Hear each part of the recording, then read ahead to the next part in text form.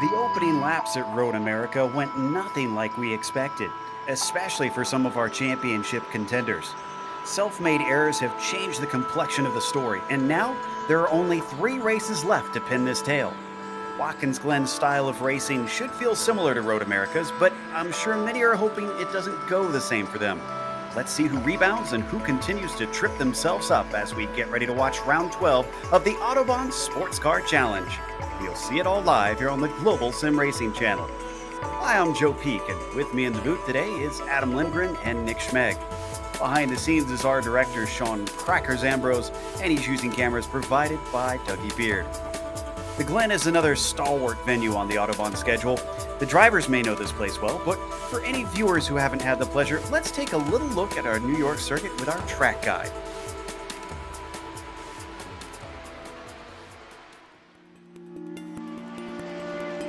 Welcome to Watkins Glen International. Situated in upstate New York, just south of the Finger Lakes, this track has seen it all. Few road circuits can boast hosting Formula One, IndyCar, NASCAR, and IMSA during its history. Though it did have a brief fallow period in the early 80s, thanks to the investment of local companies, it's grown into one of the premier road tracks in the U.S. With 4 layouts to choose from that range between 2.5 and 3.5 miles in length, lap times can vary greatly. But it also means it's suitable for lots of different levels of racing, from amateur to pro. The one thing that stays consistent no matter which car and which layout you're using is that Watkins Glen means speed. Many of the straights are very long, and the majority of the corners are fast sweepers. Some of them include a surprising amount of banking as well. Combine that with the proximity of the barriers, and this historic circuit retains a very old-school feel. Drivers in lesser-powered cars can expect drafting battles, while higher-powered machinery will test the skill and bravery of their pilots. Some of the turns are visually iconic, such as the carousel and the S's. Others, like the inner loop, the chute, and turn 9, greatly challenge even the expertly skilled. And of course, we haven't even mentioned the drastic amount of elevation change drivers experience. Between its rich history and popularity among drivers, this track stays busy and seems likely to be that way for a long, long time.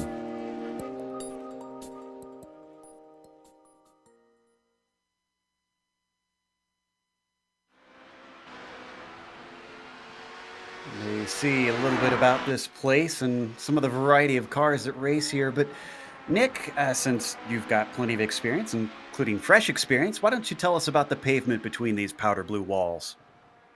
I'm really fortunate to have grown up just about an hour away from Watkins Glen, New York. So it's always exciting when I get to watch any kind of race here, including those here in the virtual world as well.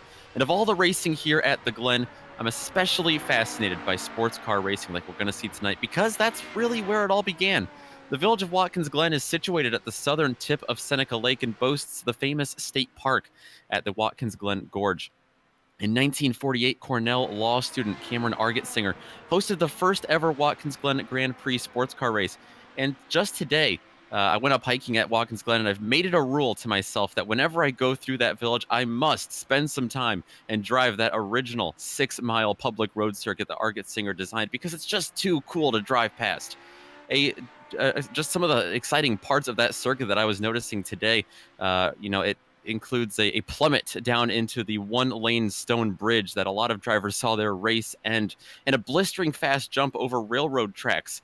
And the characteristics of a winner driver back in those days, back in the 1940s and 50s here at the Glen, are some of the characteristics you're going to need today up on the permanent circuit, up on the top of the hill. You're going to need courage, because some of these corners, like the S's, the bus stop, the carousel, they're terrifying when you're racing hard and side by side with someone else. You need strategy, because corners in the boot are more technical and passes need to be carefully planned out.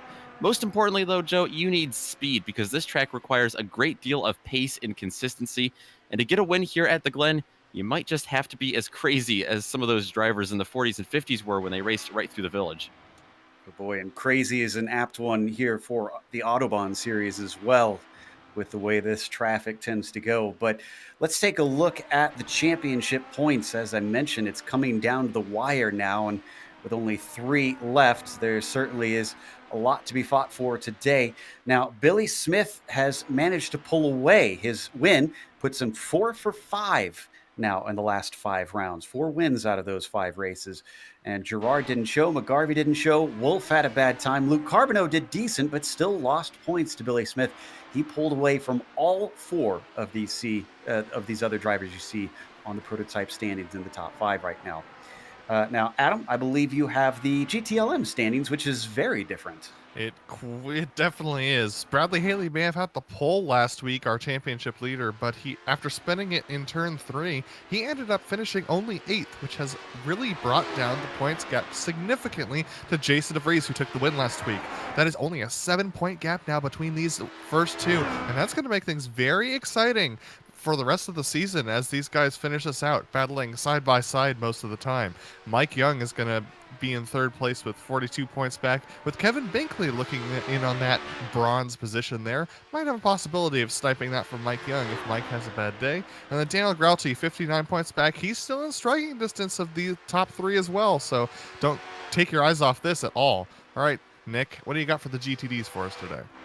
Oh, the GTD standings have never not been exciting this season. After Road America last week, we've got some very tight competition. Kevin Santana has come right back up top, but not by too much because Paul Lindsay's only 2 points behind, and Paul Lindsay's got to watch his back because Eric Intilli with Team SRN Orange is right there behind. Now, Sheldon Rosenbaum, he's not out of the question either. He sits back there only 10 points back in 4th place, and just a little bit behind him is Ryan Wash. Well, a little bit more than just a little bit. He's 54 points back, but the way this season's gone, Joe, as you take a look at the team points here, I wouldn't be too surprised if we saw anyone shuffle that order a little bit more. Yeah, it seems like everybody's had a bad day here and there in those GTDs, but like you said, consistency important, especially here in the team standings. For those who don't know how the teams work in this series, they have 1 car from each class that is scored. They are allowed 4 drivers, actually, so in case they need a backup, just because attendance sometimes is hard to keep up throughout an entire team. But so far, it's been Automobile No Disassembly that has led pretty much the whole season. SRN Orange is a distant second, and if they don't start making some points up, they might have lost this championship before they get to the final round. Laprats Racing are trying to take that 2nd place away from SRN Orange, and then SRN Gray are thinking they could potentially as well get all the way up to P2. They're certainly within striking distance. It's a long ways down, though, to the 5th team, which is Autobahn East. Peterson, Smith, Duprat, and Eaton are part of that. Smith, of course, contributing a lot of points lately for them, so they might still come forward, but it'll be very tough for them to try and make up all that ground. Now, as we get ready to go to the qualifying, real quick, we're going to go to Adam first to go over the race details and discuss a little bit about what the viewers have in store for them. Absolutely. It's this round and then 2 more. This is round 12 of 14 with the Autobahn series. We have 3 classes today, the prototypes and the HPDs, the GTLMs and the Porsche, Ford, Ferrari, and BMW, and the GTDs that are driving the Mercedes and the lonely Audi. Not too popular of a car right now. They are going to drive on open setups today, so that means they can adjust it to their liking or disliking, however they choose. It's going to be a 60-minute race today for these guys, and they're going to be at 67% fuel, so it will necessitate 1 fuel stop for them. Incident cap is going to be at 24, and you can rack up incidents here around the Glen, so they got to be careful, and they will not have a spare car, so they're going to have to be very careful because they won't get their car repaired when they drop into the pits. They'll have to do all their repairs in real time. Right now, we're in the qualifying session for the prototype class. The GTDs and GTLMs have already finished theirs. Slavonic took the pole down there in the GTDs over a decent amount over Lindsay. Bradley Haley, half a second up on pole over Mike Young, but behind them, it is extremely tight as a bunch of drivers set fastest laps at the very last try with some cloud cover. But this is where it gets intriguing, Adam. Dawson Brock is on the pole, and he, once again, we are seeing the pole sitter with a big margin. Yeah, that being said, we've seen a lot of changing weather conditions like you mentioned, so this is going to get very interesting to see whether or not Dawson can hang on to that as we see D. Mole come across the line for one of his laps. But here's the track temperature right now at 114. Now we saw it at about this high at the end of our, with about 3 laps to go in our GTLM session. But then a cloud came overhead and it knocked the track temperature down to about 103. That's a 10-degree difference. So if a cloud comes overhead, all these guys are going to jump back into the pits and grab some tires, because Jason DeVries, one of those drivers who's second in the points in GTLM, he lost 4 positions in GTLM qualifying just due to not being out there on track with fresh tires when the cloud came over. Now, Nick, the other thing worth pointing out with GTDs, though, as we continue to watch the qualifying here and Brock putting another lap in, is last week we saw Lindsay not have the greatest of days. And even though he's not on pole, I'm looking at the comparison between him and Santana here, and he might actually be able to make up what he lost last week if things continue on this way. Yeah, Kevin Santana, he's sitting down in, 5th place right now. Not a great qualifying run. I say not a great qualifying run, but the gaps are not too far apart. Santana's just 1 second behind Paul Slavonic, who's got the pole right now in the GTD class. So we've been watching the weather a lot today as well. I know Adam was talking about that with the cloud cover changing the speeds here so drastically. And with a 60-minute race, you just got to wonder what kind of setups these drivers have and how the weather and the changing conditions are going to play into their hands. Well, the timesheets are changing right now. Jimbo Pfeiffer, with his quickest lap, puts himself in 4th. Dean Mole also going faster. He now jumps to P5 just behind Jimbo. A lot of drivers, though, ducking off, so it seems that they've taken the best out of their tires. They're going to try and take a new set and get back out there. Omer not having the best of days. He's down in 8th right now after leading a good chunk of the race 2 weeks ago. Watching David Sockrider, seeing if he can go any higher. No, he's not going to, because it looks like he's coming out of the last corner slow, so he'll stay in 10th place. Now, if you want to follow what's going on, not just here in qualifying, but also during the race, and we're not on your favorite driver, head on over to GSRC.tv, where we'll have live timing and scoring all race long. Switched over to Josh Wolf now. Brock did not improve on his time, and he's being chased by this 148 car. He's got to make up still about 4.5 tenths of a second if he wants to get pole away from his old buddy. Yeah, and one driver that I've been keeping my eye on GSRC.tv is actually Kevin O'Keefe. And the reason I'm saying that I've been keeping my eye on him is that he's up to 6th position in this prototype class, and usually he's not up there that far with these guys. And I know, because of real life circumstances, he had to step away from the sim for a couple of years, but ever since coming back, he's been clawing his way back and just kind of getting comfortable with the cars and the tracks once again. And it's awesome to see him up there well within the top 10, almost the top 5 in qualifying right now. Yeah, these new tires certainly seem to suit him, because he's had some speed at various times in this season. Omer, unfortunately, doesn't seem to be finding it today. That one's better, though, a 35.5. Look at him up to 7th. He's still got a little work to do. For those who are fans of our championship leader in the prototypes, Billy Smith, he sits in 3rd. He's about 7 tenths off of Dawson Brock. The good news for him is he has a full win over Jason Gerard, who actually isn't even here today. So it looks like he's going to continue to extend that gap. Next one down is Stephen McGarvey. Where is Stephen actually sitting today? Is he here? No, he's not. Oh, wow. So then. That's definitely going to change things for sure, not having Stephen McGarvey around. So, yeah, this is going to... frankly, I'm a little perplexed by the standings. I mean, you're looking at them on the left side of your screen and also on GSRC.tv, but I'm also surprised to see Luke Carbonneau all the way down there in 9th position. I'm used to him battling up there for 2nd or 3rd or even poles, but he's down there in 9th. So, I don't know, some of the standings at this track particularly are a little bit lopsided for me, but it's awesome to see some new talent, not new talent, but some different talent up towards the front of the board. Yeah, everyone wants to see it mix around a little bit here and there. Let's see if Smith can mix it up. No, that's not his quickest. In fact, he is off by 2 1/1000ths of a second of his best time. That's got to be frustrating, since that was his last attempt, and the checkered flag is now out. Omer still looking to go higher than row 4.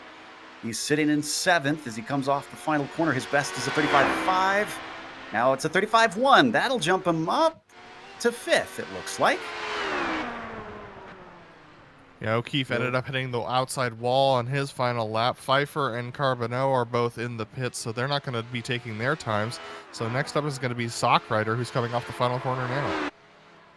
Rock is still out there, but I don't think he needs to finish this lap because I do believe he's safe. So Josh Wolf would be it then.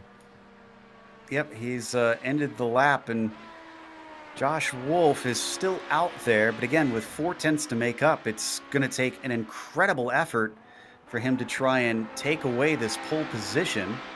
So as he comes out of the boot, wish we had some split times here to know exactly how close he is. He's still going at it. Getting a little bit loose there. He's got a very loose HPD underneath him today, but that's how Dawson Brock was getting the fast times as well. Let's see what his time is. 34.6, and that is still 3/10 away. So it's his best lap, but it's not going to be enough. So that settles our qualifying. Fascinating end to that, and we've got some interesting stories coming out of that could make for a crazy race today. We'll see if it is anything like what we saw at Road America. Why don't we go through our starting order with our prototypes up at the front. Dawson Brock takes a pole. And he's got Josh Wolf starting next to him. Those two have raced against each other and actually teammates for quite a long time. Billy Smith starts behind them. Let's see if he tries to fight them or if he just wants to rack up more points to try and clinch this championship. Jimbo Pfeiffer will be next to him in fourth. John Ulmer managed to get into P5 at the very end. Dean Mole was sixth. Then the inside of row 4, Kevin O'Keefe, showing he is continued to improve, starts in seventh. You've got Shane Hunter in the 8th position. Luke Carbonneau, as was mentioned by Adam, unusually far down after fighting for wins, just struggling today with 9th. David Sockrider rounds out the top 10, and we have 11 prototypes here today. Mike Major is going to be rounding out them. Bradley Haley is going to be taking the pole by about 5/10, almost half a second over Mike Young in second place. Dennis Savertek starts off in third position with Kevin Binkley starting off in fourth. Vance Bow is going to start off fifth with Jason DeVries all the way back in sixth position after not jumping on the colder conditions of qualifying. Ross Booth starting off in seventh with Leif Peterson in eighth. Mark Wilson's going to start off in ninth position with Olivier Turcotte starting off in 10th. Right behind him is one of his challengers, Carter Kundinger, then Marc-Antoine Thibault starting off in the 12th position. Daniel Grouty's going to start off 13th tonight with David Williams and Robert Canshin rounding out your GTLM field. Up at the GTDs, it's going to be 27th overall place on the grid for Paul Slavonic, but that's the number 1 starting spot for the GTD class in that 528 car. Paul Lindsay and Sheldon Rosenbaum will round out your starting podium over there. Luke Schmidt will follow in P4, and Kevin Santana looking for 2 wins in a row. He starts back in 5th. Sheldon Woloshin, Dominic Dorenberg back there in 7th. Eric Antilli is back there as well. He's in the points hunt as well. You got to remember, a lot of these drivers back in the mid-pack fighting for a lot more than just this race. Mark Kudrowski, Tim McLeish rounding out your top 10 with Sean Reese, Jerry Mueller, Cody Franklin, and Chris Shearburn rounding out your 40-car field here at Watkins Glen. And all 40 cars were able to put in laps here in qualifying. Should be a decent field, should make it for a fun race as we wait for them to take off behind this Porsche pace car. So let's go to our tradition. And Adam, you've got first pick. Who do you think is up for a win today? Well, I mean, I'm just going to go with a safe pick with the GTLMs and say Bradley Haley's going to be my pick. As far as the GTDs, it'll be Paul Lindsay. And the HPDs, I'm going to go for the Hail Mary here. And it's not really a Hail Mary, but I'm going to say that Billy Smith is going to win it. Oh, you just stole that away from me. I was going to go with Billy Smith as well. I guess I got to sell for Josh Wolf. He seems fast in qualifying over there in the HPD. He's only about 0.4 of a second off the pace. But like we said, a little bit of an awkward ending there to that HPD qualifying. Over in the GTLMs, the times are a lot closer. And Mike Young is in second place, but I'm going to go with Dennis Sevredek back in P3 because he's only about 2/100ths off the pace of Mike Young. I like his odds over there. And down in the GTD, oh man, the competition there is so fierce. I'm going to go with last week's winner coming up from P5. I think Kevin Santana's got this one. Interesting choices in there. Especially, want to point out, since you decided Josh Wolf is your pick today, he is still winless this season. So now's the time for Yeah. him to try and do it. And Dawson Brock is going to try and stop him. Coming a little bit late, but has been a driver in this series a few times over the past few seasons. They come down towards one of the places where we usually see passes here, Adam, but this, I always feel very scared trying to make a pass into this little inner loop. A pass into the inner loop only works if both drivers work together for it, especially at the speeds that they're entering. Either you have to expect that they're going to fight you, or you have to believe that they're not going to. Because if one of you believes that you're not going to fight it, and the other one is going to fight it, then you usually end up banging doors and somebody ends up going off or with significant damage. You can see the GTDs now weaving through that portion. And of course, we are on the boot configuration, so they head down the chute and into the shoelaces. I guess Bill is the one that dubbed that. I do like that term for that straightaway. We're riding on board with one of the few Audis out here today. I think this is Slavonic, who we're riding on board with right now. Yeah, the Audis are going to be hard pressed today because of the track temperatures. Now, granted, if we could take a look at the temperatures one more time before we go back live, it is dropped significantly. We are down almost 20 degrees on track temperature in Fahrenheit. It's down to 36 degrees Celsius, 96 Fahrenheit for these drivers on track. So it's quite a different track than what they qualified in. Well, hopefully drivers have a pretty versatile setup in the car with the way it's swinging around here today. We are starting just past 4 p.m. virtual standard time for the race. So though the sun will go down a little bit, don't expect it to drop the temperatures too much from here, but you never know as they come up to the penultimate corner. Both Wolf and Brock waiting for that green flag. Porsche pace car will let them have control coming out of the final turn here in just moments. Let's see what kind of jump Brock can get. Pace car feels its way in. Brock holds, and now he goes. Just as the green flag waves, he gets a very good jump over Josh Wolf. Billy Smith with a great run down into turn 1. Into the 90, he's trying to outbrake Wolf, and it looks like he's going to be able to take the apex, but can he carry the speed? They are clean through the 90. Let's go to the GTLMs. Bradley Haley gets a fantastic jump on the field. Mike Young in line in that second position. Dennis Savretic gets a good launch on the third lane right behind him, and Kevin Binkley's alongside him as they start to go up towards the S's. Let's go back to the GTDs. It's a textbook start so far for Paul Slavonic, just getting onto the loud pedal on the front straightaway. They're going to dive it down into the 90, and Slavonic's going to be able to apex that turn perfectly. A little bit up on the curbs for Rosenbaum and a little bit off track for some of these drivers that will make use of that runoff, but so far so clean back in all three classes, it looks like. That's a good sign, especially compared to 2 weeks ago, rather. But as we jump back up to these prototypes, now you can see Dawson Brock starting to pull away. I don't know if you were able to watch Adam. He got caught by Smith easily by the time they got to the inner loop. Smith just didn't try and make the pass. I wonder if Dawson has a lot of wind cranked into that thing. Yeah, it's going to make things interesting. I'm noticing now that we have a couple of GTDs that are in the pits. Mark Kadrashi and Jerry Mueller. I think there was a big wreck. Tim McLeish also stopped on track. It looks like there was. Yeah, this was. I saw Kadraski and Dornenberg get sideways in the S's. I think that piled them all Dawson Brock's off track.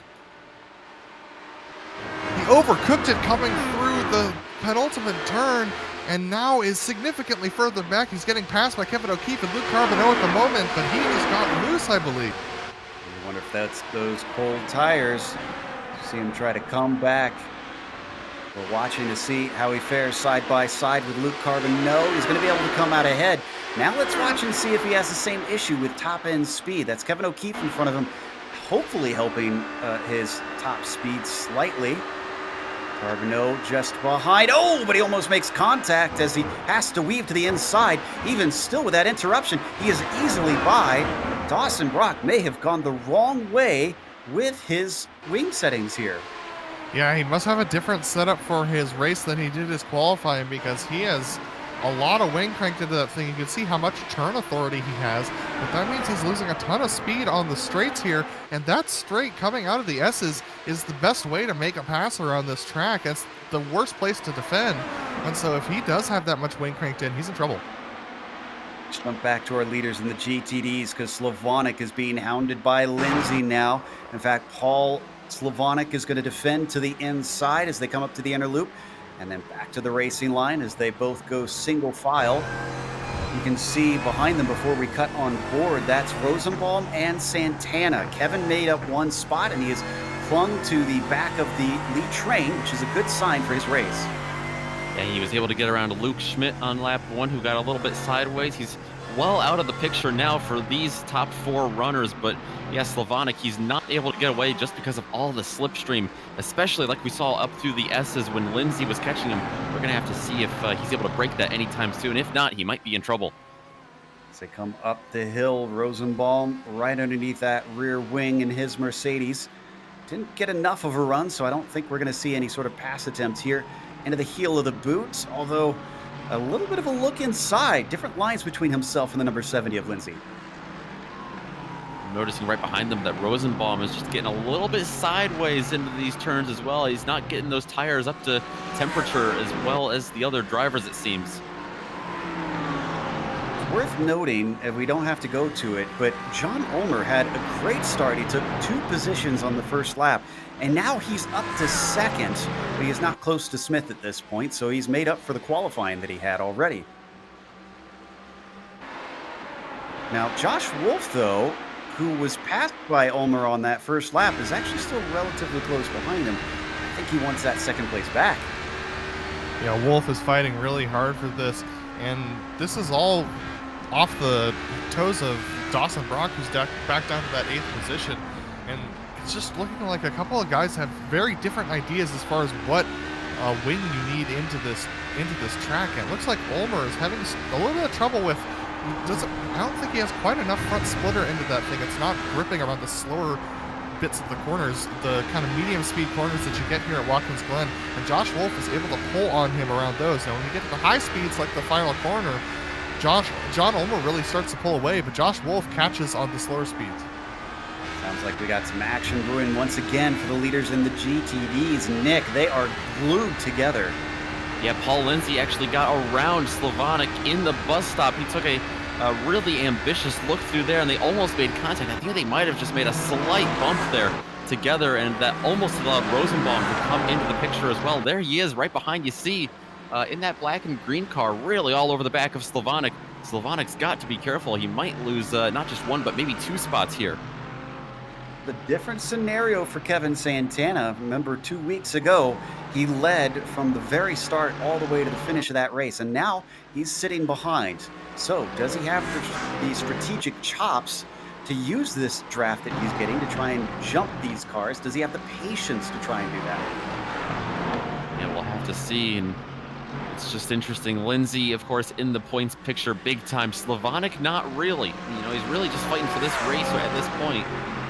Whereas a lot of these other drivers have a lot bigger picture in mind. And Dawson Brock has also had a major incident. He's spun around once again, this time making contact with the inside wall. So he is definitely very much out of the competitive aspect of this race. Really a shocker. Oh wow, he barely touched it. Doesn't look like he hit anything though. So I think he got away with it. But as you said, he is fallen down the order. Speaking of which, John Ulmer has gone from 2nd down to 4th. Wolf and Pfeiffer are now by. Now, did this happen from a mistake? Yes, it did. Yeah, this was in the final corner. This was another loose moment from John Ulmer. We're seeing this a lot from the HPDs, and it's something that I'm not really used to seeing. The track temperature's not that high, so these guys are really starting to struggle a little bit with these cold tires. I don't think this is tires. I think he just touched the grass. And, wow, he's got some action right now as we're watching the replay. Yeah, just a tiny bit of the grass, and nice catch as he Tokyo drifts it around the final corner. And he already just got it back from Wolf and Pfeiffer, actually, on the backstretch already. So Ulmer back to 2nd after a temporary lapse of skill. Yep, and that was a pick that he used slower HPD. I believe that was Chris Shearburn who he used as a pick to get by. He was actually 2 wheels in the grass the whole way up to the bus stop, and then was able to slingshot past Josh Wolf into the bus stop, and now he's back up to second. Brave stuff for sure from the Big Cheese. While we've got an opportunity, I think things have calmed down at least temporarily. Let's go to the opening wreck for our GTDs and try to dissect. There you can see the results of that. Wow. Yeah, Katrowski getting in with, I'm trying to figure out who that is next to him. That was Dornenberg. Yeah. Yeah, this is just slight contact side by side. Not even really with the bumper, just slight side by side contact, and that's the last couple of 6 hours of the Glen is, yeah. Was that Dornenberg who went end over there? I think it was. Regardless, that was everybody's nightmare on the first lap coming up the S's. Oh, I believe that was Kudrowski that went end over end. Oh. While we were in that replay, I want to report that Luke Carbonneau hit the outside wall. Go ahead, Nick. Oh, that was Jerry Mueller. Just got confirmation. Here we go. So Yeah, Luke Carbonneau is in pit lane right now as we come back to Billy Smith up at the front. And I'm kind of with you on this one, Adam, that my first thought when we were doing picks was Billy Smith seems the most likely. Yeah, and the reason why is he just really has... He's here that come up to the back of the GTD class. This is going to get interesting, and it'll be interesting to watch his racecraft. But Billy Smith has really had the flame lit under him the last couple of rounds, and he's been really trying to fight for these HPV wins. And so we're going to watch him as he navigates this traffic here. But he's been really trying to fight for these wins. But he's not alone. John Ulmer, Josh Wolf, and Jimbo Pfeiffer are right on his tail. Yeah, that traffic really cost him quite a bit of the lead that he had gained. This is Cody Franklin. Oh, and he's got it a weird spot. Ulmer's going to have a good run. He's going to look to the inside as they come down to the 90. Could he find himself taken right back, though, as they come up the backstretch? He's got the apex as they come out behind Luke Carbonneau as well. Pass completed for Ulmer, but now look at the slipstream being caught by the 901. This is fantastic racing from all these guys. Look at Billy Smith trying to set it up, and now they've got GTD traffic up ahead of them. This is going to cause some trouble because they're all over the track. Where are they going to go here? John Ulmer now takes the right side of the track, and Billy Smith has to do the same, but he has to back off a little bit because he's going to go side by side through there. Josh Wolf is the worst out because he gets caught up by Luke Schmidt as he tries to go around, so he's going to lose a couple seconds. John Ulmer free and clear-ish because Billy Smith is right behind him, and they're still in that GTD traffic going into the boot. This is a battle for second place in GTD as well. Paul Slavonic, he was just getting hounded by Sheldon Rosenbaum, who's really getting forced off track a little bit by John Ulmer. Lots of close side by side now through the boot, the tightest part of the track. They've got to be careful, staying nose to tail. These HPDs trying their best to get around him. Ulmer's dealing with his own class of traffic because that is Carbonneau to his inside. Luke, he needs to get out of the way. He's trying to make the car invisible, but he can't. And that's going to hold up Ulmer. It looks like they got out the other side pretty decently. Smith gained a little time, but he was dealing with a lot of GTD cars himself. So it looks like Ulmer's still safe.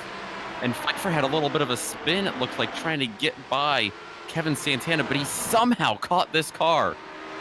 This was an incredible save by Jimbo Pfeiffer. Oh, here we go, Billy Smith. Look we at just that. saw it on screen. Sorry, that was Sheldon Rosenbaum, one of our contenders for the championship in the GTDs, who was just unceremoniously shoved. Yeah, he was by Jimbo Pfeiffer, who I was just talking about. Had a great save, but that is an awkward part of the track to hit, yeah. Wasn't it 2 weeks ago that Sheldon also took a shove from Ulmer coming up the front stretch when they were fighting? I believe it was. Oh, boy. He's probably not happy with those prototype drivers. Meanwhile, mid-pack in the prototypes, Kevin O'Keefe just got by Jimbo Pfeiffer. In fact, it had a huge head of steam and just blew past on the way up the S's. We've jumped on board with Jimbo. Yeah, it looks like a lot of these HPDs are running a lot of downforce, which makes their draft really strong. Actually, the amount of air they the hole they punch in the air. And so that allowed Kevin O'Keefe to really get the draft and make his way by Jimbo Pfeiffer. Jimbo, though, because of that extra downforce, seems to be able to catch up to the back of Kevin O'Keefe quite effectively. Kevin O'Keefe up to P5 now. Stay right here, but Bradley Haley is still our leader, by the way, down in the GTLMs. I don't think we've shown any of the battles in that group, just because there haven't been much. He's got a half a second over Silfredic, and then they've got about 2.5 seconds back to Binkley. As Pfeiffer taking a lot of curb there through the penultimate turn. Yeah, and another update from the GTLM class is that Olivier Turcotte had a self-spin coming through turn 1 on that last lap, so he lost his position from all the way back in 8th down to 13th. So he's struggling as much as Daniel Grauty is today. Daniel Grauty down to the 14th position after some incidents himself. This traffic has really spread things apart. You can see the prototypes that we're watching, O'Keefe and Pfeiffer, are pulling away from one another. Up ahead of them, it's even bigger gaps between Ulmer, Smith, Wolf, and Mole. Behind them, we have a change of position being attempted. Major to the outside. Sock Rider sneaks through. Oh, but he goofs it. And he's going to hit the wall because of his error. Oh, that was a hard slam, and that car does not look like it's driving okay. He might be day done. Yeah, he tried to get that job done, but the rear end just locked up a little bit under braking. He tried to do the late braking move there, but he was on the inside of the corner, ended up clipping that curb and just couldn't get it straightened out again, and the car wouldn't turn after that, and he gets into the gravel straight into the barrier. I can tell you that he is still going. So the car isn't quite as bad as it first seemed. There you see the 44 back on its way, but now he's last in class, other than Carbonneau, who is a lap down from the field. And Leif Peterson is slow on the front stretch. Doesn't look like he's hit anything, but he might be having a little bit of a problem here. So this is going to be a little bit complex for the other drivers. He's still rolling on track, but he seems to not be under power. He's had some sort of hardware failure. Maybe the screens went out. Don't know why. Well, no, because he's still driving it. Well, this is bizarre. And he's getting back up to speed now. He's going to come out right in front of Mike Major and Dawson Brock as they're battling for that 7th position still. So he's going to stay to the outside here and let these guys pass. As that's happening, Lindsay has once again been caught by Slavonic. So Paul is still looking for those elusive victories that seem to escape him for various reasons. Yeah, that was a much bigger gap just a few moments ago. Paul Lindsay just not as quick without the aid of traffic slowing down Paul Slavonic. So these two going at it once again, just like we saw at the beginning stages of this race, or the beginning laps of this race, but this time it's swapped with Paul Lindsay on top of things right now. Paul is another driver that unfortunately has thrown away a number of wins or had them plucked from his grasp. Last round with a 2nd place, he was close. Can he maybe make it one more up? He continues to stay right in the tire tracks of the number 70. As they come down into the boot section of the track. Sounds like things finally producing a bit of a battle here in the GTLMs. And it's one of our championship hopefuls, Jason DeVries, who's still back and forth. Yeah, but unfortunately, Kevin Binkley, who's the car we're on board with right now, actually has Chris Sherburne, a GTD, up ahead of him and getting a little bit of draft for him. But unfortunately, Binkley's not going to be able to pass Sherburne before the bus stops. This is going to slow him down significantly. It's also going to slow down Jason DeVries. They both have to pick different lanes. Here we go. They're going to go around the outside of the corner, but that held up Binkley a lot. DeVries right on his tail, but he's not going to have another passing opportunity for a couple of corners. But typically, we've seen DeVries do this season, where he just waits behind someone and saves fuel, much to the dismay of others, and romps away with a victory. But today, he is, already about 5 seconds back from Haley, I think. So even though he's behind someone to save fuel, I don't think this is going to be enough for him to try and... Josh Wolf is wrecked. Josh Wolf had a self-spin, I believe it was. Not quite a self-spin, but he got involved. He got caught up behind a lapped car. Here we're going to see it on screen. Yeah, I think he got caught out by Young, and that car weaving, that is Dean Mole, who has to take avoiding action. Yeah, I think he didn't see the grass coming up as his vision was blocked here. Oh. He managed to keep it out of the wall, though, and I don't believe he made contact with any other cars, but that was a scary moment for him. So Josh Wolf falls back to 6th from that. Ulmer still leads that class. Smith has fallen down to 1.7 seconds and has not been gaining. Interesting developments in this series. Yeah, it looks like Jason DeVries is going to try and make a move here on Kevin Binkley as they get onto the back straight here. This is right before the bus stop, and Binkley's just going to back out of it and let DeVries have this position. It's probably the smart thing to do, not to challenge into the bus stop. DeVries takes it a little hot, has to scrub off a little bit of tire on the exit, but he's going to retain that position now. Up to P3. Ulmer, by the way, is another one that is still winless this season. Oh, no! Oh, Billy Smith got turned around! Oh, and he's up and over. He is tumbling down into the chute. The number 901, you can see the damage there. Oh, wow. And this was... race done. This was some lap traffic he was dealing with. He was trying to split the middle of Billy Smith out of the race. Ooh, that looked like a cut across there. Yeah, he was trying to weave just through Reese and Booth. That's going to be Booth in the yellow car. That's Reese in the white and black. And is that Dean Mole that comes into the picture and hits him there? It is. Yeah. Yeah, he's got significant damage to the front end of his HPD as well. Sean Reese cuts from the left of the track over to the middle of the track and closes that door that was 3 wide that Billy Smith was trying to shoot through. Oh! That's why they put the canopies in for the Indy cars. Yeah. That would not have been good.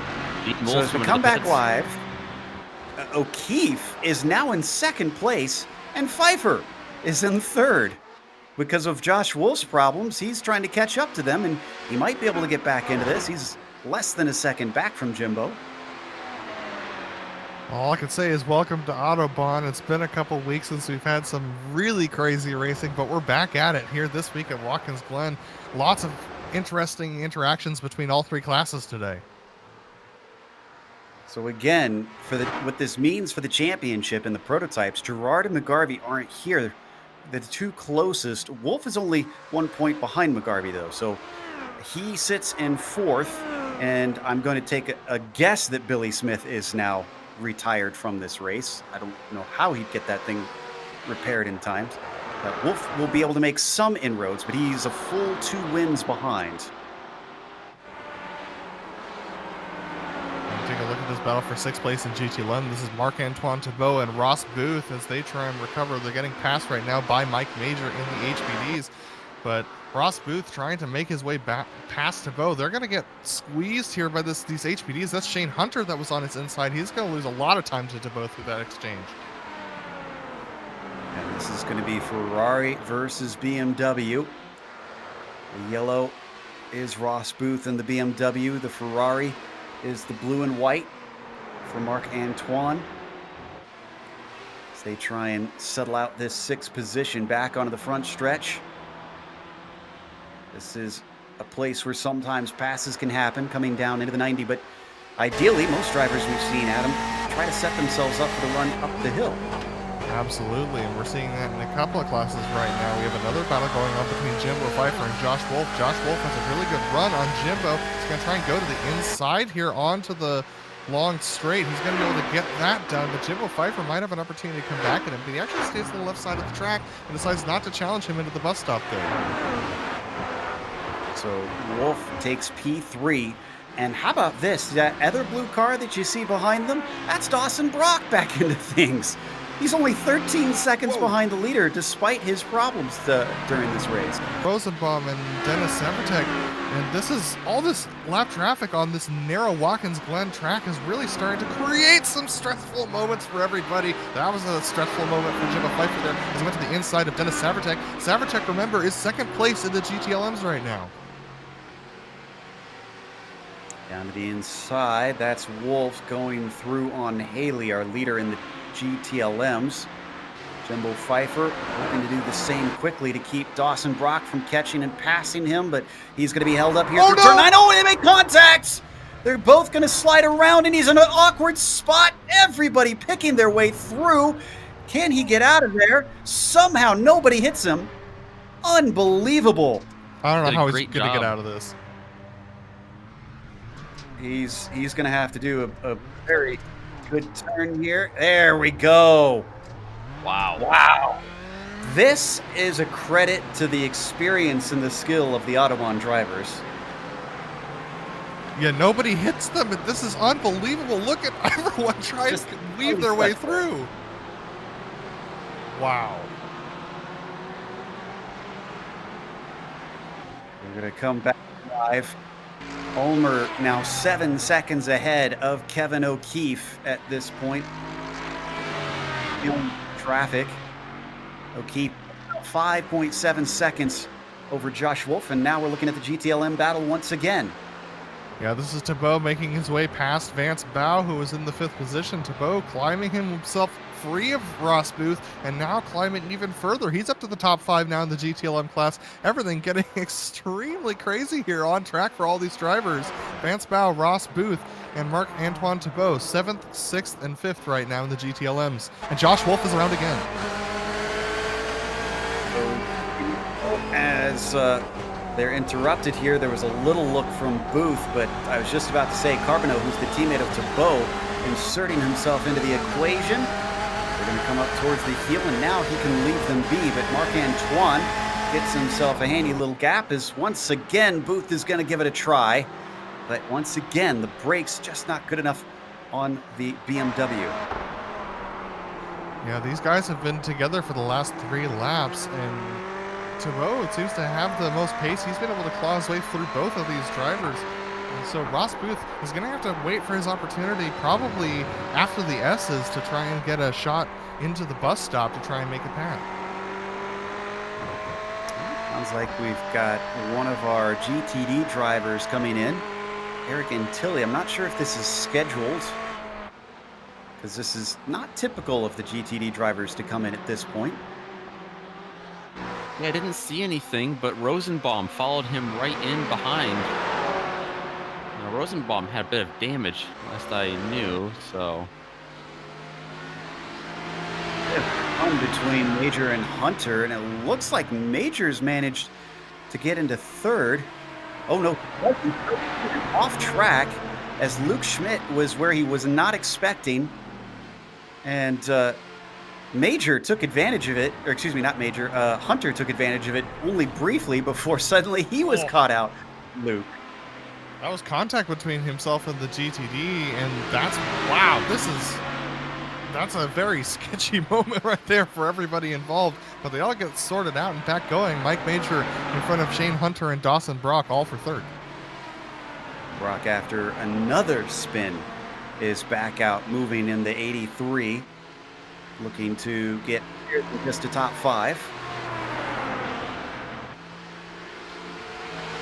Looking to get more traffic. This is going to be Kevin Santana. This is our 3rd place driver in the GTDs, and it looks like Dawson elects to come in. I'm guessing he's got a little bit of damage somewhere on that car.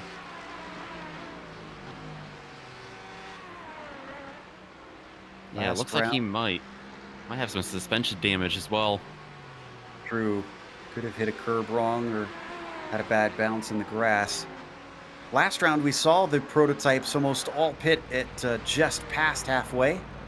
And again, a similar track, a very thirsty track, so I wonder if this is where we'll see quite a few of those prototypes sling on in and get fuel and get going.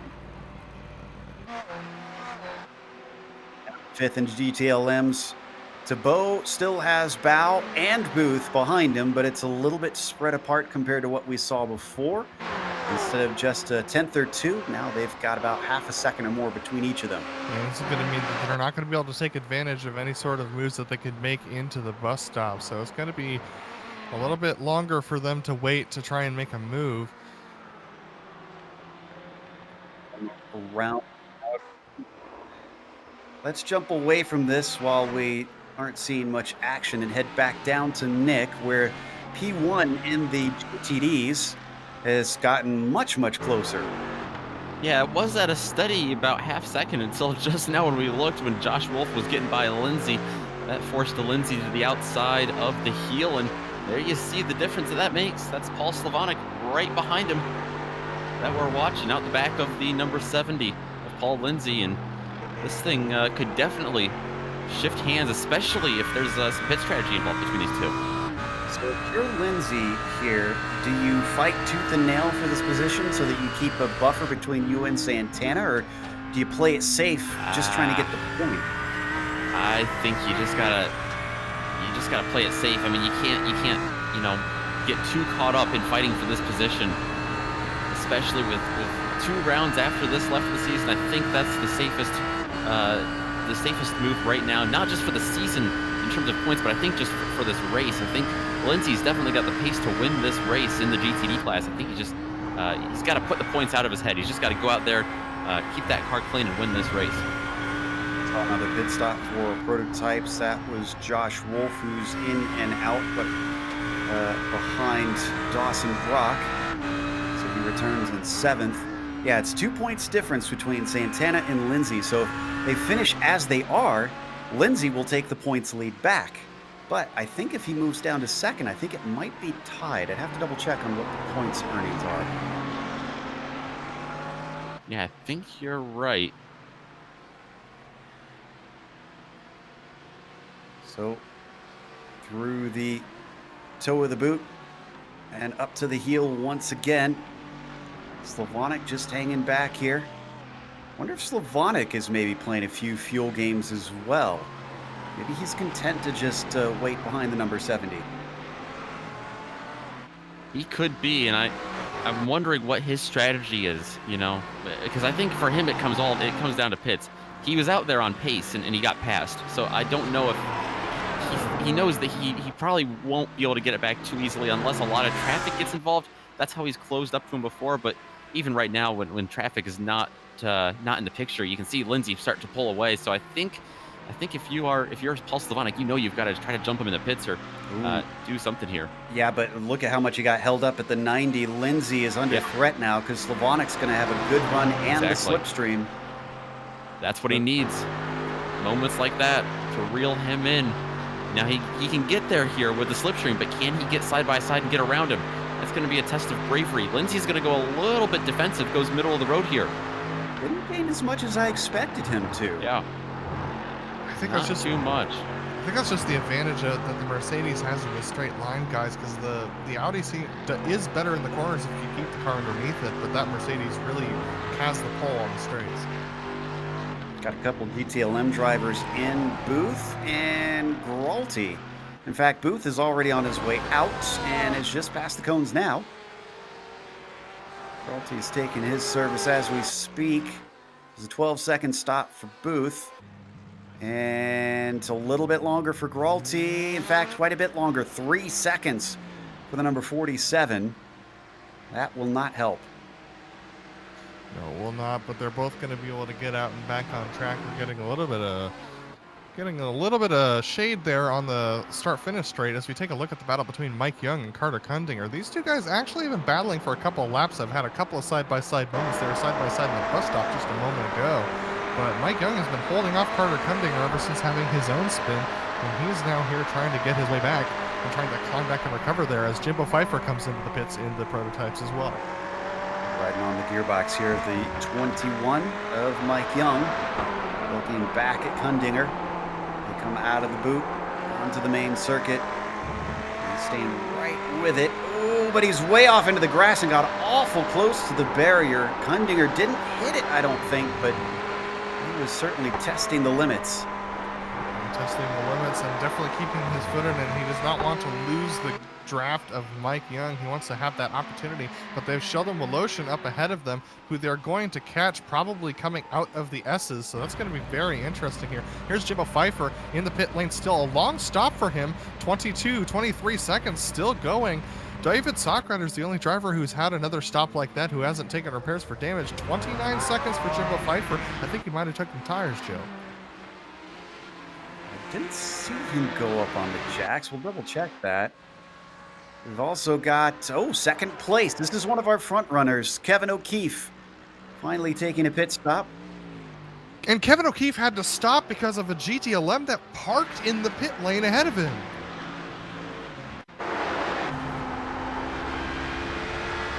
I think he lost a little time. Well, actually, why did he come to a halt? Oh. Did he stall the car? Yes, he did. He stalled it. Oh.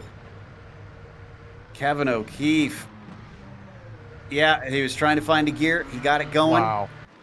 Costly mistake.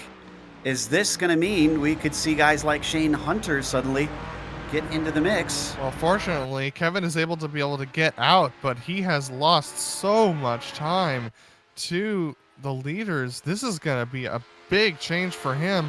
And there's not even of his doing. How was he supposed to know that a car was going to be that slow? But we jump back on board with Ulmer as he's going around. He has yet to pit, and he's the only prototype who has yet to pit. You know what? Everybody else's misfortune has paid into the hands of Kevin O'Keefe because he's still got 13 and a half seconds back to Dawson Brock there. Despite all that, he remains in second. I'm wondering, Joe, if Slavonic is going to get a run on Lindsay for P1 in the GTD class. This is on board with Slavonic, looking forward. He's not getting that run like we kind of saw last time, but I'm noticing that Slavonic's getting a little bit bolder when it comes to getting on the binders. He's getting a little bit later and later, trying to close that gap. And through the carousel, you can really see him start to close in. It's down through the chute. Maybe he can gain a little advantage. Not too much. He's right there, but just the pace kind of stalls out when he gets to him. Yeah, Nick, I can't help but think that boldness is coming from the decreasing track temperatures. It was up to 98 at the highest point that we've seen on track so far. It's down to 95 degrees on track right now, and that's going to give that Audi a little bit more drive. So this is going to be interesting to see whether or not that's going to be what allows him to make the pass. Or he could try possibly an undercut in the pits. We'll see what happens. I think if I was Slavonic, that's what I would do, as they've got some GTLM right in between them.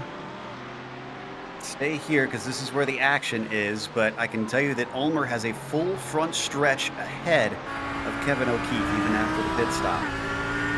Oh, Lindsay's going to have the outside here. No, he should be able to get back to the inside, but Slavonic is definitely going to have the outside with the HPD and underneath him. Look at how much that separates him, and off the track and into the grass. Oh, a big slide. Great catch by Slavonic. Lindsay in front of him, he's going to stack him up and go 3 wide as well. And that slowed up Lindsay. So all the time that he lost, Slavonic gains most of it back as they break down into the 90 one more time. Amazing ebb and flow here at Watkins Glen with the lap traffic coming through. We've got 25 minutes left to go on the clock. Lindsay's been clinging to this lead, wanting to try and take max points over his rival Kevin Santana, who still sits in third. Looks like we got a pit stop for Kevin Binkley now. GTLM driver in the number 75 is in and out. Still waiting on a lot of those leaders. Haley, Savretic, DeVries, Tebow, Bao, Young. Those top 6 still yet to come in and take fuel. Just to hop back up to Kevin O'Keefe's attempted challenge for the lead in the HPDs, it's really unfortunate that he had that bad moment in the pit lane because he was actually gaining on raw pace to John Ulmer in that previous stint. He had cut it down by 2 seconds just before they went into pit lane, and with 30 minutes to go, he really had an opportunity to get back up there and challenge, but it's a lot harder now. He's going to have to hope that John Ulmer runs into some trouble or maybe has a spin in order for him to close that gap again. I have a feeling that O'Keefe is ordering extra cheese on that pizza right now, hoping that Ulmer has a spin.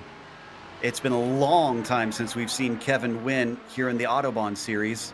I want to say it was either the first or second season we covered with them, close to there, and it was at Monza. Oh, Slavonic just got rear-ended coming into the pits. He keeps it straight, but Vance Bao got right into the back of him. And I actually don't see too much damage on the back of him, but either way, both our GTD leaders are in, and it wasn't without a little bit of drama. That was a big hit. That's two of our second place drivers that have had trouble with other classes coming to pit lane. And it's a mid-engine car, so hopefully it didn't damage too much of that back there. We'll have to see. He's going to come out of the pits right behind Paul Lindsay, right where he was on track. So, in terms of pace, it's basically what we just saw right before. Meanwhile, Kevin Santana stayed out that time. He's trying to undercut him and close that gap. And still a ways back there in third. There we see him on screen, temporarily leading. We've got a few drivers yet to pit here in this class. Schmidt, Voloshin, also McLeish and Sherburne still need to come in and take fuel. We watch Santana head around the toe of the boot, back up the hill. Does he pit this time? Does he have more saved? Was he sitting back there and soft chewing it for much of this race? And can that help him in the stops? And I'll tell you, I was watching Slavonic close in on Lindsay up the hill, and doesn't seem to be too much off the pace. Lindsay opened that gap up a little bit in the pits, but that's understandable with what Slavonic went through. Still about just about a 1 second gap between the two. Some of our major players in the GTLMs are in. Savretic to Bo, both taking stops. Oh, Savretic missed his pit box by a little bit, so that's going to hold him up a little bit. Savretic in from second. Haley continues. Haley's the one that Savretic has been fighting with, although you have to wonder if De Vries could suddenly find himself looking at a podium because of that. De Vries is about 8.5 seconds behind Bradley Haley, so not sure that he'll be able to do much with that. Still waiting on Haley and De Vries, the last two. Yeah, neither of them, I'm surprised, are going for the long strat here. With that little bit of cloud cover, they know that they had a little bit of cooldown for their tires, so they can stay out a little bit longer and not worry too much about the tire wearing off for those guys. But as we see them coming out here, we're looking at Dennis Savretic, and he's being chased by John Ulmer and Luke Carbonneau. John Ulmer being the leader in the HPDs, Luke Carbonneau being last and trying to regain his lap. Now, if Slavonic and Lindsay do start fighting, that could bring in Kevin Santana enough that he could try and get into the fray. The 666, by the way, did not stop last time. He's still out there running in front. So he's now past 40 minutes into this race as we took a glance there at Ulmer. And Bradley Haley's into the lap on pits Carbonneau from the lead of the GTLMs. And so is Jason De Vries. So where's Savretic? Savretic is through the heel of the boot right now as we've hopped on board with Haley's Ford GT. I don't think it's possible for him to make the pass on either Haley or De Vries here. We're going to see whether De Vries is able to get out ahead of Savretic. And Kevin Santana stayed out once again. He's going to go another lap around. Out. De Vries is going, and Savretic's going to be very close behind him, though. There he is in the background, right there. Now, that is a decent gap, I should say, though. 3.5 seconds. Not impossible to run down in 18 minutes, but he's certainly going to have to up his pace. De Vries minimizes the gap to Haley. He comes out in second place. Bradley will still take points over him, but it's not going to pull him as far away as he probably wants with only 2 rounds after this one.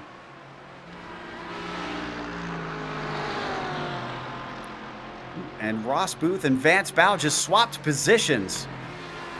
Did Bow have an issue? I think he did. Let's go to replay on the number 90.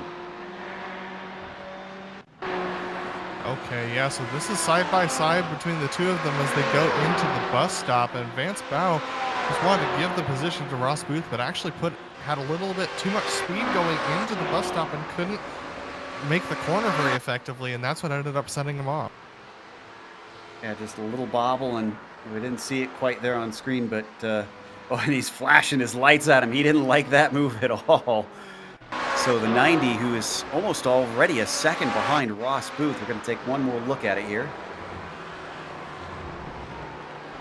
Oh, yeah, he's lucky he didn't just slide off into the grass there to the inside.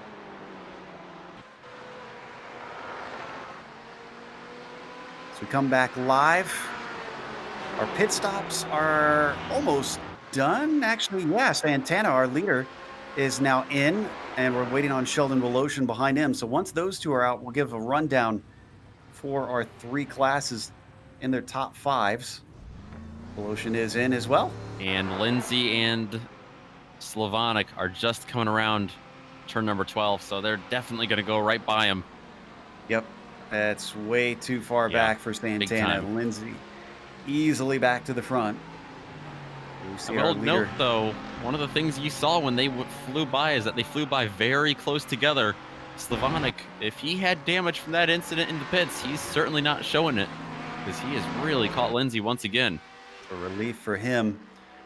Santana, man, a whopping 10 seconds behind them. Just did not have the pace today. And that was with a pretty quick pit stop in comparison to him. Strange stuff. Let's go down the top five in each of our classes. We'll get back to this battle in a moment, hopefully before it erupts. Starting with John Ulmer, our leader. Started the race in 5th, picked up where everybody else dropped the ball. And the Big Cheese is looking for the first win of this season. Kevin O'Keefe is behind him. I believe, I'll have to check, I think he's been on the podium once before this season. Kevin now in 2nd and hoping for the Big Cheese's traditional spin to come through so that maybe he could sneak a win. Dawson Brock, who put it on the pole, has been up and down the order like a yo-yo, has gotten back to 3rd when we weren't watching. Now he's 10 seconds behind Kevin O'Keefe, so unlikely he's also going to be catching him without some drama. Shane Hunter into 4th after starting in 8th position, a nice climb up, and Mike Major as well, 11th to 5th place, just keeping it clean, and on the course has served him well, Adam. Bradley Haley right now is out front in the GT11 class. He's been leading from pole in that class, this time having better luck than last week. He's being chased down by Jason DeVries, who did not have a great qualifying. He started off in 6th position, but he managed to maintain that gap of about 8.5 to 9 seconds the entire race to Bradley Haley, just being able to climb up those positions up to 2nd. Dennis Savretic has fallen back a little bit from his starting position. Well, not realistically, but on track, he has lost a couple of positions to Jason DeVries, and Dennis Savretic now sitting there in the 3rd position, a good consistent run from him, and he's only 1 second back from Jason DeVries, so that battle for 2nd is not over yet either.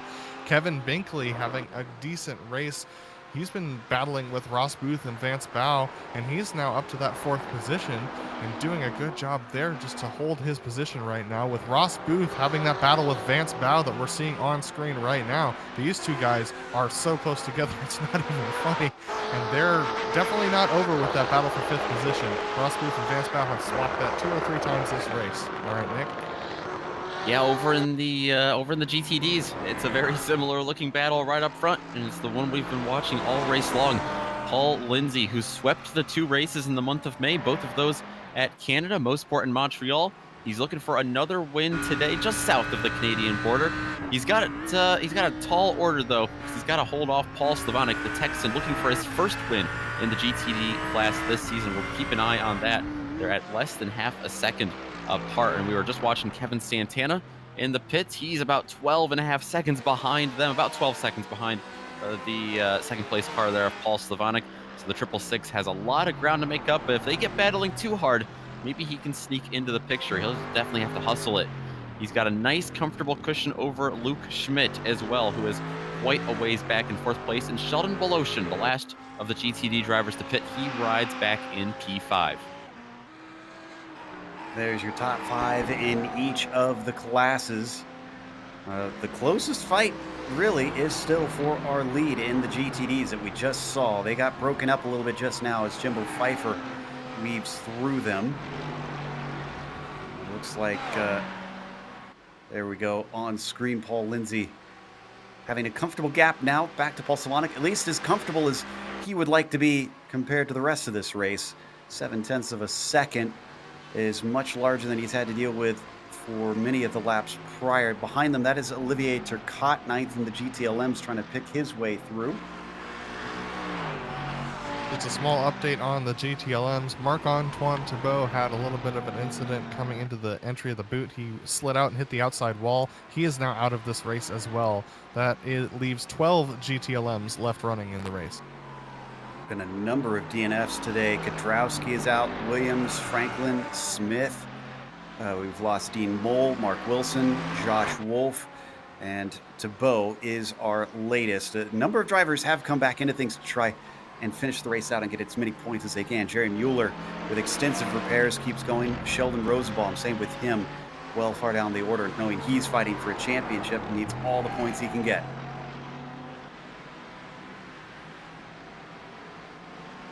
So the leaders, now that they've been passed by Turcotte, a little bit of the track to themselves. Braulti's behind, but that Porsche is going to take a couple laps to catch them. Interesting, though. Looks like Savretic is starting to catch Jason DeVries here. Yeah, Savretic has been gaining on DeVries over the last couple of laps, and he's actually putting significant pressure onto DeVries. DeVries has been losing time to Bradley Haley ever since the pit stop, and we saw this a couple of rounds ago as well. Jason DeVries, that was at Canadian Motorsports Park, where Jason DeVries just was not able to get the pace going again once they came in for the pit stops that heat cycle, taking the power out of that BMW. So Savretic now gaining, and he's within half a second, Joe. Not what DeVries wants. He's already going to be losing points to Haley as they sit currently. If Savretic gets by, that's going to make life even harder. That's Rosenbaum getting out of the way, off to the side. And then Mike Major, who's fourth in the prototypes, is going to split them coming into the penultimate turn. He's going to push Savretic back. He's going to have to regain all that time that he gained on DeVries. So that's going to make him lose, a lot of time now. He's already pushed back past a second, almost 1.2 seconds back now. Down to 10 minutes left to go on the clock. Track temperature's still pretty close to what we saw a little bit ago, 91 degrees Fahrenheit, so hasn't been coming down too much more, even though you can see the cloud cover is giving a lot of shade to the track and keeping that sun from beating down on the pavement. Up the hill, DeVries keeping Savretic behind. Down in the GTD class, the leaders close in one more time. It's Leif Peterson behind them. We're on board with Slavonic as Peterson goes off to the right. He's got one. Once again, lap traffic going to split our battle up. Lindsay's got the buffer, but Peterson's got the speed, and he's going to be able to leave them be on the way up through the S's. Yeah, Leif Peterson did not hurt Lindsay there nearly as much as Daniel Gralti did when he got by. That's why when we flipped over here down at the GTD class on screen, it was so tight between Slavonic and Lindsay. Some of these back markers in the GTLM class, those cars, they're not too much faster than these GTD cars in a lot of these turns, and that just makes it very difficult for these drivers to regain their position and regain their composure on track with that multi-class racing. See what kind of traffic they have coming up behind them. They've got Robert Kanchan and David Stockrider and Ulmer. Yeah. This might get interesting, and the boot is probably the worst part of the track to meet some of this traffic. The HPDs should be able to go on the outside of a couple of these turns. Gets very tight there through the toe. Stockrider will be able to get by here on the straightaway, and I think Ulmer will be able to as well.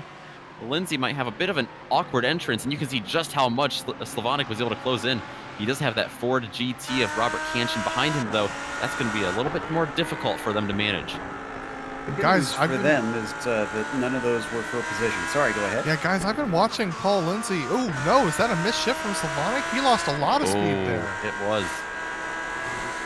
In a sequential. Interesting. Huh. Not sure how he managed that, but Slavonic now dealing with Kanchan behind him as he's going to catch him on the way down into the 90. The 199 tries to outbrake him. Oh, That boy. puts him off the apex just slightly. Is he going to come back on and cause trouble here? He's off on the grass, and now he's going to have to repass him. Slavonic trying to keep his foot in it, probably just wishing that this Ford would go away. Yeah, Slavonic's probably rolling his eyes at that one there, trying to really just hope that Kanchan can get by cleanly and get out of this mess. Looks like he'll be able to now. Before, but Jason DeVries with Savretic just behind him. It's back to half a second. It grew before to over a second, and it shrinks down. It's now down less than 7 minutes to go on the clock. He's going to have to start doing something. Maybe the traffic will offer an opportunity. This is Pfeiffer. That could interrupt DeVries down to the 90. He decides not to. Yeah, so Reddick has definitely closed that gap, but I don't think he's quite close enough to make a move unless DeVries is put offline just a little bit here coming through the S's. This will give Savretic a good jump on the speed. He's already a couple miles an hour faster as they get onto the straight, but I don't think he's going to be quite close enough to make a move. And if he does, it's going to be a desperate one. Now, doesn't even poke his nose out. DeVries knows, or excuse me, Savretic knows better than that. Don't think he's going to stay that way all the way to the end, though. Let's go to Bow and Kundinger, though, just behind them, because they are side by side, and Kundinger's got the inside. This is for 7th position. Now they go single file as he get in the slipstream, and looks like it's not enough of a straightaway for him to get him right back. Oh, he tried. He tried to duck to the outside, and Carter Kundinger read that perfectly. He knew exactly when that move was going to be made and ducked to the outside as well. So both of them before the braking zone, it wasn't a dirty move. It was that one move that they talk about in auto racing all the time. But wow, that was great racing between those two guys and great gamesmanship as well. Just an update. Pfeiffer had a self-spin. Don't need a replay of this one. He didn't hit anything, and he didn't lose a position, so he stays in 6th. Guys, this GTD lead over here is looking awfully close. Slavonic has caught Lindsay big time now through the carousel down into the chute. Out of nowhere, Slavonic has found a fantastic deal of pace here to catch the 70. I think I know where it's coming from. Look at the track temperature. It's down to 87 degrees Fahrenheit now. Paul Slavonic has the best car that he's had all season probably underneath him right now with a low track temperature like that. He had a great car at Road America, that's for sure. It's a track that rewards a great deal of speed, just like it is rewarding him right now, trying to catch Paul Lindsay. Dives it into the heel. He's done a great job catching him all race long, but he hasn't shown any kind of attempt to get around him. That's what these last 4 minutes are going to be telling of. It's going to be about 3 laps that they've got, because Ulmer just went by the start-finish line. Up on the front stretch one more time, the 70, dealing with the pressure well. Where is Santana? Santana's still 13 seconds back, so not a factor here today. As they break for turn 1, steep downhill into here. And Lindsay is going to be able to hold on to the lead still. Slavonic now trying to chase him up through the S's, hoping that he can reel him in as close as he did last time by. Let's sit and watch, see if it does.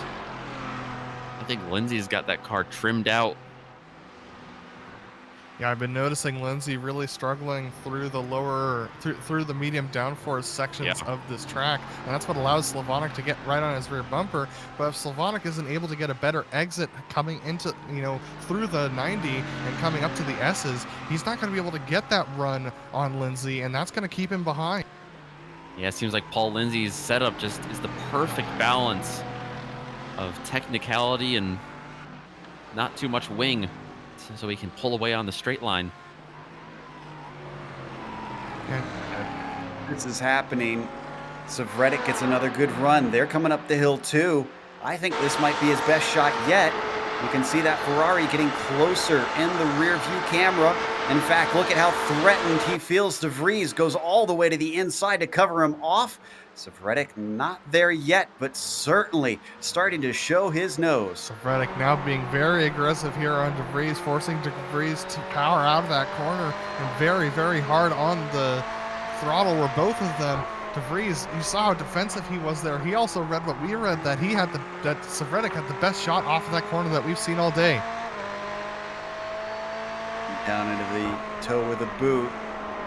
Close enough to try and dive here. Whoa, who's going backwards? No, he's not going backwards. That's Jimbo Pfeiffer with an off in the exact same spot he had last time, and the car is missing a nose. The disappointing end for the double lot. So it doesn't look like anybody else was involved in that incident. We'll try and go to that sometime later. Meanwhile, our GTD leaders still within 0.3 of a second of one another as well. See a little slip up there. A little bit. Slavonic, you can see he's able to kind of catch him into the bus stop. This is the best run he's had yet. What can he do though into the carousel and into the chute? Right to his bumper. Underneath that wing. Kind of backs off a little bit. Maybe trying to wind it up into the boot. He's too far away. White flag comes out for John Ulmer with less than a minute and a half to go. Advanced Bow and Carter Kundinger were having their own battle and got together. That will resume, but they both got together and spun around. They will still maintain their positions on track in the GTLN Class 7th and 8th. We got to go to DeVries. This is an even better run for Savretic. In fact, he's fully alongside him now. He's got a nose ahead as they come to the braking zone. He's going to try and force the issue, and they're going to make it through, but just barely. Both were braking as deep as they dared. These battles on track are fantastic. We're seeing it all over the track right now with DeVries and Savretic being one of the most prime examples. Savretic doing his best there. DeVries was not going to be able to give him the lane. Savretic had to back out there or else they would have made contact. Oh, and Paul Lindsay off track a little bit. Slavonic now is going to come at him again out of the final corner. Lindsay's been leading the way pretty much the whole race. Slavonic is going to try and see if he can sneak by. I'm keeping an eye on Ulmer, don't worry, but we've got time to watch this. Oh, he's faster into the corner. He's going to keep the momentum off, and he is tucked right up underneath there, but is this enough? This might be a bit of a drag race up through the S's. They've got some HPD traffic behind him. That's Shane Hunter. He's going to have to try to find a way behind her, or find a way around, or sit behind, do something. But Lindsay going a little bit defensive here, but Slavonic's going to have to follow him right underneath it. Look at this as they headed into the bus stop. Side by side. No! Oh, Lindsay's going to go around. And as they come together, John Ulmer is coming out of the final corner. And Ulmer finally takes a win here at Watkins Glen in the 12th round. Looks like Paul Slavonic is sitting just on the outside of the carousel. He's going to let Lindsay go back through for the lead. And that is the sportsmanship that you see in this series. Slavonic, who could have taken his first win of the season, and Bradley waits it out. Dennis Savretic and Jason DeVries are still side by side as they go through the bus stop. They've had their own battle. Savretic is now in the lead of that group as Bradley Haley looks like he's just starting to come through the boot now. Savretic and Jason DeVries closely in behind. Savretic just making that pass. We'll get back to those replays in a moment as we watch these two continue to try and settle out second place and championship implications as well, as there is a little bit of a look for the lead on the GTD. Slavonic, is he going to give it up, or is he actually going to let him through? I think he's letting him have it. Looks that way. And as I was saying before, incredible sportsmanship from Slavonic, giving up a potential first win so that Lindsay can take the victory here today at Watkins Glen. Behind them, Bradley Haley, just one more corner to go. He's leading the championship ahead of DeVries, and he's going to extend those points as he wins in New York. The Comet does it again. And Dennis Savretic will hold on to that second position with Jason DeVries. No, wait a minute. Jason is Savretic scored. got second.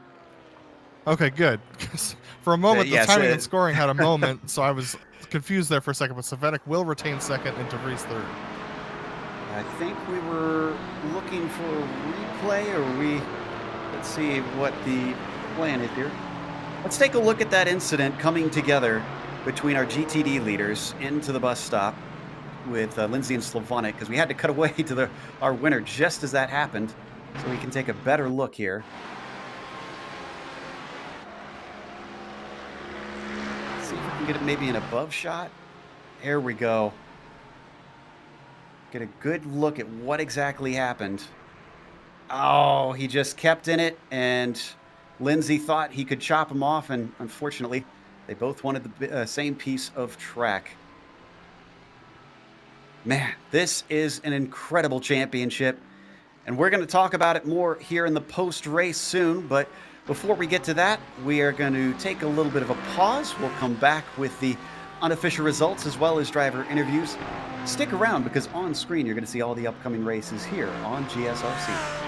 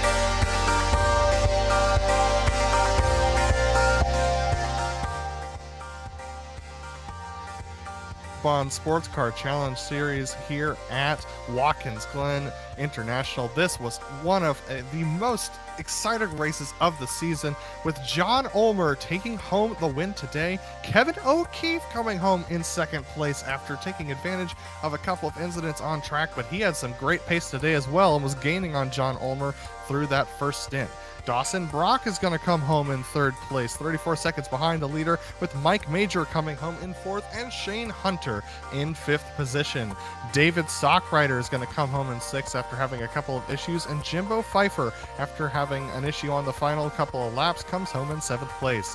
Luke Carbonneau had to take an extra pit stop due to issues that he had at the beginning of the race and will finish eighth, and that will complete your HPDs that finished on the lead lap there. And we have Bradley Haley, who wins in the GTLM class from pole to victory for him.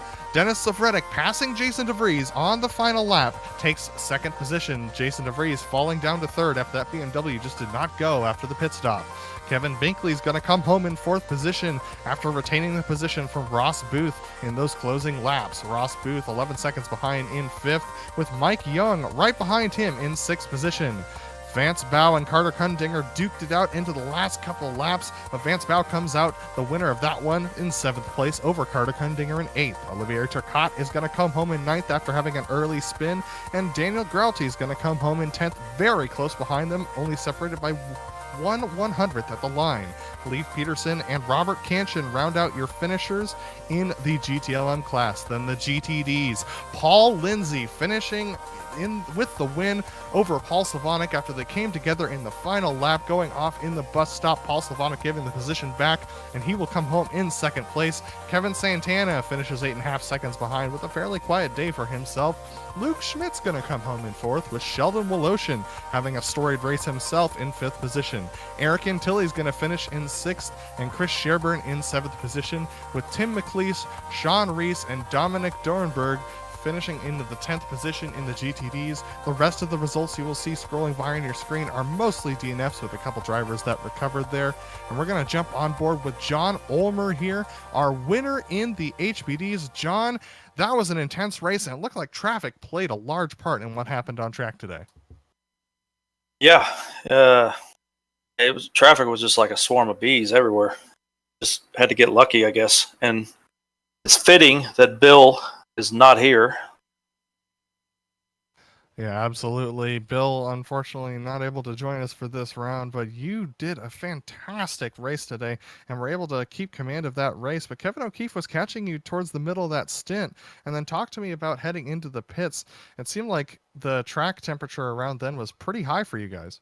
Yeah, it was pretty bad. I was watching the gap with Kevin back there. I didn't feel confident in the car at all. I had too high of a wing number on the HPD, which is counterintuitive. It's opposite of other cars. If you run a 1 wing, car's tighter. You run a 2 or 3 wing, car's a lot looser. And as that fuel was burning off, the back of the car was trying to step out in every corner. And so I was playing it pretty safe at that point.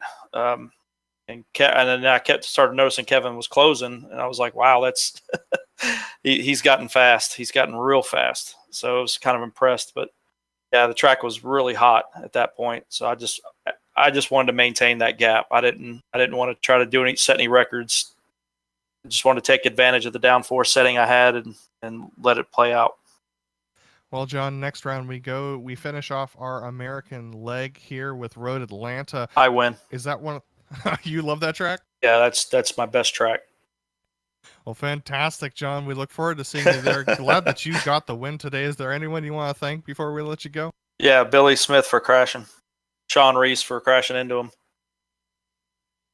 Well, there's 2 great thanks to your competitors, John, and we look forward to seeing you compete next week. Congrats on the win. Actually, I want to thank Jason DeVries and Jason Gerard for making this possible, and in my absence, helping keeping this league running. Those 2 guys have done quite a bit, and Paul Lindsay as well, keeping track of all the scoring and everything else. It's a tough job, and those guys have nailed it. They've made this series what it is, and I do appreciate them. Well, it was definitely a competitive and exciting race throughout today, John. Fantastic win, and thanks for talking to us. Thank you. That was John Ulmer. Next up, we have Bradley Haley, our winner in the GTLM class. Bradley, pole to the win, but that was not the whole story today. Things looked very tense out on track for everybody with the traffic. Yeah, it was. Yeah, it was really tense. There was a lot of moments that were quite close. Dennis and Jason, it was tough to see Mike spin on that first lap, but Dennis kept me close for that first half, and then traffic was all over the place. Well, we also saw some changing track temperatures. It was a swing of about 15 degrees on track today, with the tires wearing out a little bit towards the end of those runs. Talk to me about how difficult the cars were to handle around the track with the changing conditions. Something I was testing this week was the boost mode in the Ford, and I noticed that giving away my secrets here, but I noticed if I adjusted the boost to where it wasn't putting out max power, it was a little easier to control when the tires started to go off. So it was very important for me to build the biggest gap as I could, so I could do that and not have to worry about losing it, even though you never know when it's going to happen. And you and Jason were the ones who went the longest on fuel. Did you guys decide to conserve fuel? I'm obviously you were out in front, but were you conserving fuel at any point during that race? Yeah, I was playing with the fuel maps. I'd go, I don't know, every couple I would drop the fuel down and then raise it back up. And I was trying to get the when the temperature started dropping like that, I thought I could get the fastest lap. You get a point for that, so I shot for that, and it looks like I might have got it. So hopefully. Well, Bradley, fantastic finish today and good recovery from last week, and we look forward to seeing you at Road Atlanta next round. Okay, I look forward to watching it. I guess it's gonna be kind of a crazy video, so I look forward to watching the broadcast. Thanks. That was Bradley Haley, our winner in the GTLMs, and our GTD winner, Paul Lindsay, is joining us in the booth. Paul, you had Paul Slavonic tucked in behind you that entire race, battling you the whole time. Talk us through that race in your perspective. Well, that race was a sketchy race for me. I didn't have my rear view mirror on. I got disconnected in qualifying. So when I got on the grid, we got through pace lap, or we're on the pace lap, and I realized my rear view mirror is not on. And in multi-class, I mean, you need that to know for situational awareness. Anyways, so the rest of the race, I was pretty much a bucket of goo, just trying to hang on and stay out of trouble. Paul was, he had to measure me all race. And after we got into it, that first pass I made on him, that was kind of sketchy. And then last lap, he got inside me and I closed up to the apex only because I didn't know where he was. And we tapped there and he waited for me. I took it, but in hindsight, I probably should have let him go through. Well, you guys would have parked on track and let Kevin Santana go by at that point, probably. But that was a fantastic battle between the two of you in those final moments of that race. And now understanding the mirror situation, that makes things explain a little bit more. And since I asked this to Bradley Haley, I'm just curious, were you saving at any point during that race, or was Paul Slavonic tucked in too close behind you to be able to do that? Yeah, no, there was no saving going on for me. Paul had to measure me most of the race. I think I had him on the straights, so he couldn't make the pass there, and then he'd catch me up through everything else. But he definitely had the speed. All right, Paul, is there anyone you want to thank before we let you go today? Thank my team. Thank Autobahn, John Ulmer for putting it on, and everybody behind the scenes that does the work. And yeah, all right, that's good. Thanks for joining us, Paul Lindsay, and we look forward to seeing you next round at Road Atlanta. Thanks for having me. Take care. All right, that was Paul Lindsay, our winner in the GTD class, and we're actually going to attack to our second place finisher in the HPDs, Kevin O'Keefe. Now, Kevin, you finished second due to a couple of guys spinning out, but you had some serious pace out there today. You were catching John Ulmer during that first stint. Talk us through your race. Of course, the one race where the cheese stays on the pizza. Absolutely, it definitely was. And you had a little bit of a moment coming into pit lane with one of the lap cars that looked like some trouble there. What happened from your perspective? Yeah, I think I just overshot it, and I was going in too hot, and I just slammed on the brakes and downshifted as fast as I could to try to engine brake down. And what happened, I went into neutral. And when I got the car slowed down, went to go back on the gas, I was just rolling. So I was like, oh no, did I shut the engine off? And it took me a couple seconds to realize I was in neutral. So that got me rolling. So I lost 6 seconds there. I do think I'm one of the best in the league in traffic. The GT cars may think otherwise because they think don't have patience, but I've never had a multi-class incident in this league. And as far as I can recall in the many years of doing this, and other than Tinsey, I think I'm one of the best in the league in traffic. So that's the only reason why I was able to close the gap there on Ulmer. Every time we had to clean lap, my crew chief would be like, "You're losing 5/10 in sector 2." Well, that being said, Kevin, you really showed your colors today with a great finish. Is there anyone you want to thank before we let you go today?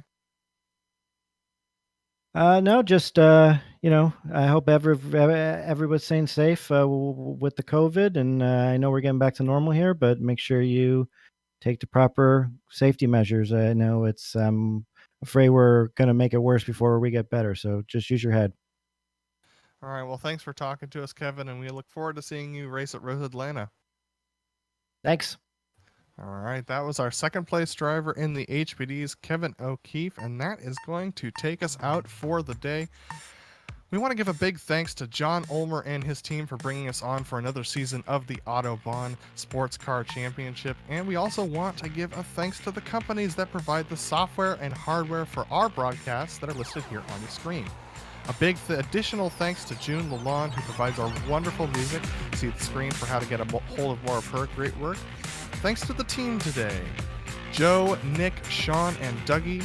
If you'd like to find out more about GSRC, including upcoming races, you can find it at globalsimracingchannel.com, or you can check out our social media on Twitter at GSR Channel, Facebook at Global Sim Racing Channel, and Instagram at GSRC_Graham. If you'd like to support the channel, go check out our merchandise store at gsrc.storenv.com. The link is in the description below.